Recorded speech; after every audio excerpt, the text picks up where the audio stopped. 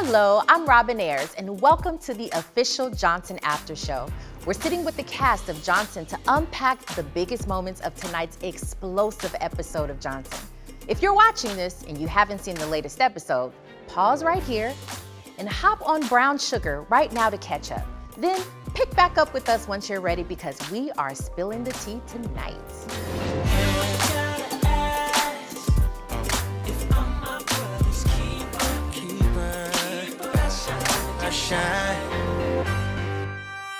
Hey.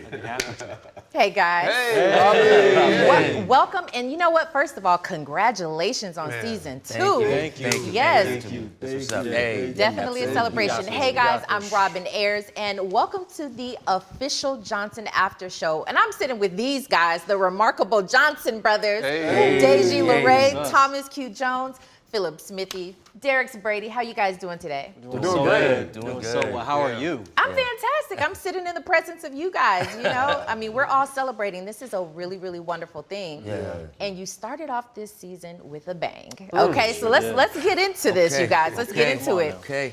You started off as, 4 brothers, and then 2 of them are on the outs. 2 of them are on the outs. I know. The beef was brewing. We ain't seen Keith in a minute. Yeah, he disappeared. You know? Yeah. So definitely Jarvis, Greg, they were trying to get the brothers back together. Talk about the importance of, and actually how that goes with brothers. You know, you fall out and then the other ones are trying to get you guys to get back together. I mean, I definitely think that sometimes, you might have a disagreement or falling out, and a lot of times people just throw the friendship away, throw the relationship away. Well, in this situation with Omar and Keith, they have years of history and friendship and brotherhood. The older you get, you realize, there's only so many people that you have that experience with, and it's worth saving. And so it was very important to show what that looks like, to show 2 men, 2 black men especially, finding a way to come to some common ground. But it's a big deal. What happened? It is a big deal. It's a big deal. I mean, Omar, got with Keith's crush, somebody who he had a crush on, and I think a lot of people would look at that and say, I couldn't get past that. Yeah. Right. I couldn't get past that. But we're showing the other side, like you said. Yeah. He's done everything right. Everything right until now. The moment you mess up, the moment you make a mistake, people like to throw the friendship away. And Keith feels like that's what he wants to do, but it takes all of us to try to get things back on track. Absolutely. Yeah. And Philip, let's talk about Keith. He's over there working out. He's got some inspiration with Omar. He wants to box Omar. What's going on in Keith's mind? Well, Philip actually called me in the in between seasons and said he wants a shirtless scene this season. So we had to make it happen for him. Yeah. That absolutely happened. But I mean, Keith is Keith has kind of been out, as an island for a little while now after what he's endured with Omar and the guys and stuff, and so he's kind of isolated, but it's given him some time to reflect, and he's trying to come back stronger. He's trying to come back stronger from this experience, and he's trying to come back a little more mature. So it's really important for Keith that the guys don't see him the way that they used to see him before this whole situation took place. He's really trying to find his growth.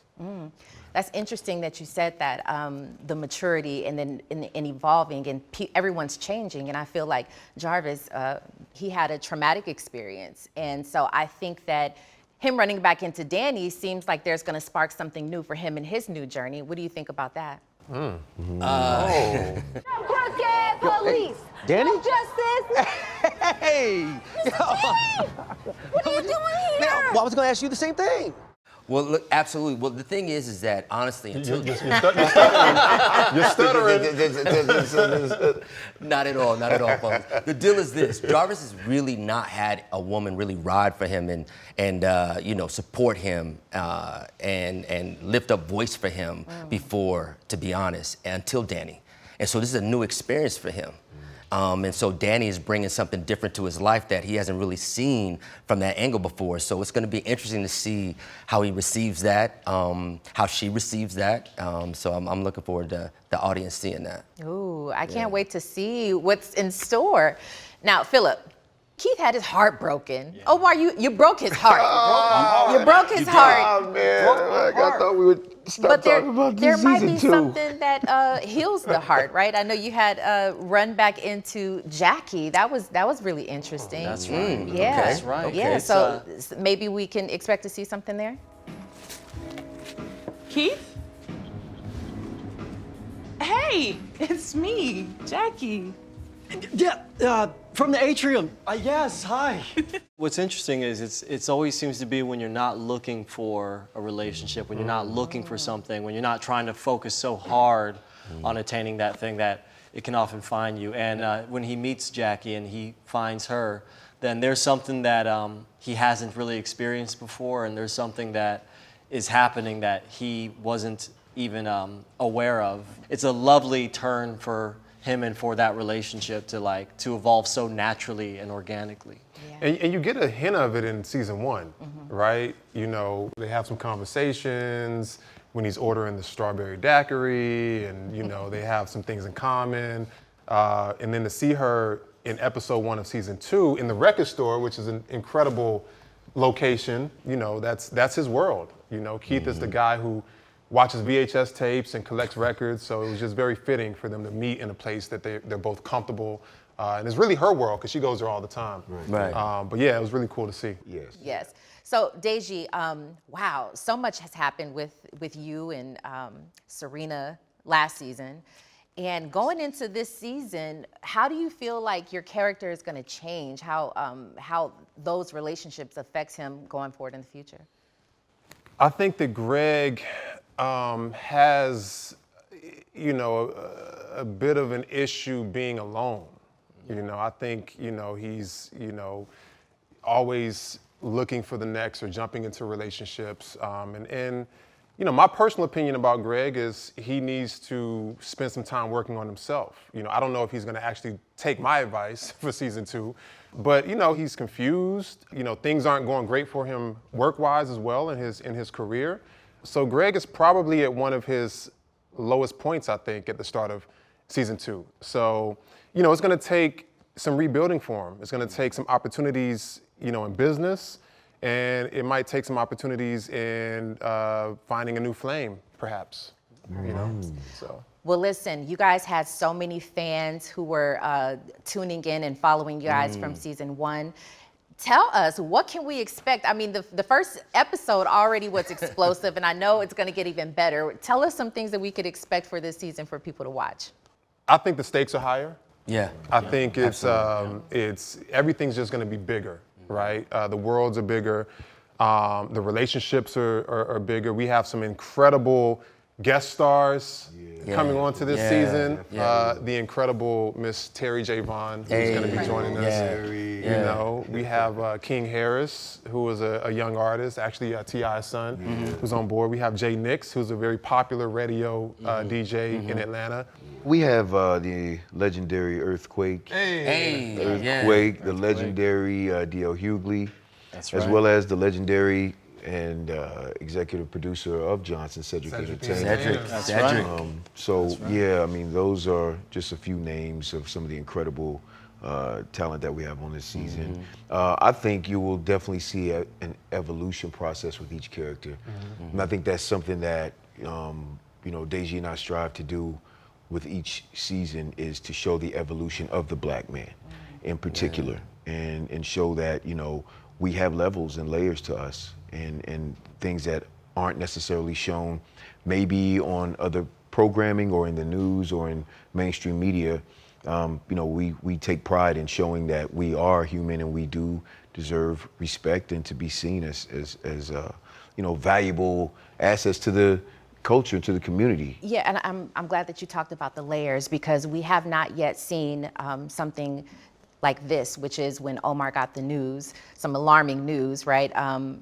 regarding his son Caleb. Right. And to see that from a male's perspective, I think is very interesting. And so Right. we're getting to take a peek inside a black man's perspective on how he deals with a situation like that. Yeah.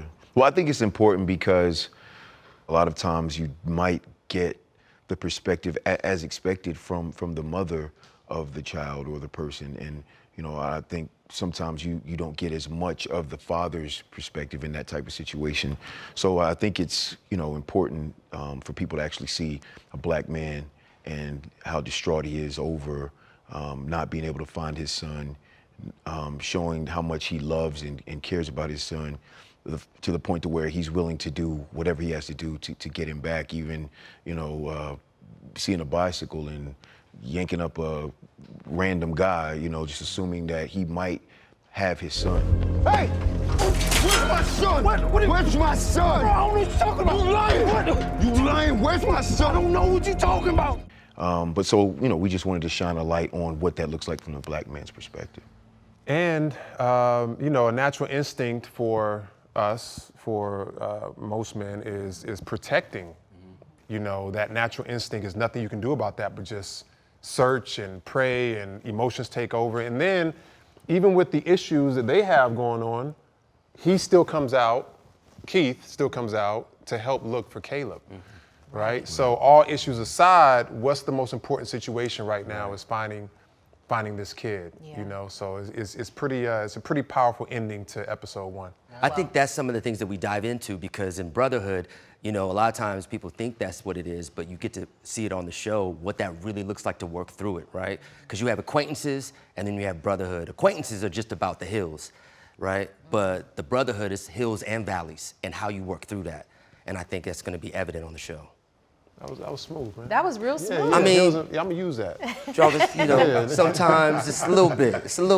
Well, I honestly, I think that was the perfect way to end this. I couldn't end it on a better note. That was fantastic. Episode 1 was fantastic. We definitely look forward to the rest of the season, and it's going to be really good. From what I see, it's already going to be great. So you guys, well done. Thank you for coming to talk to me today. All right. Let's go. Episode 1. We hit it. Watch all new episodes of Johnson on cable, satellite, or over the air. Find Bounce in your area by going to the URL below. That's bouncetv.com/find us.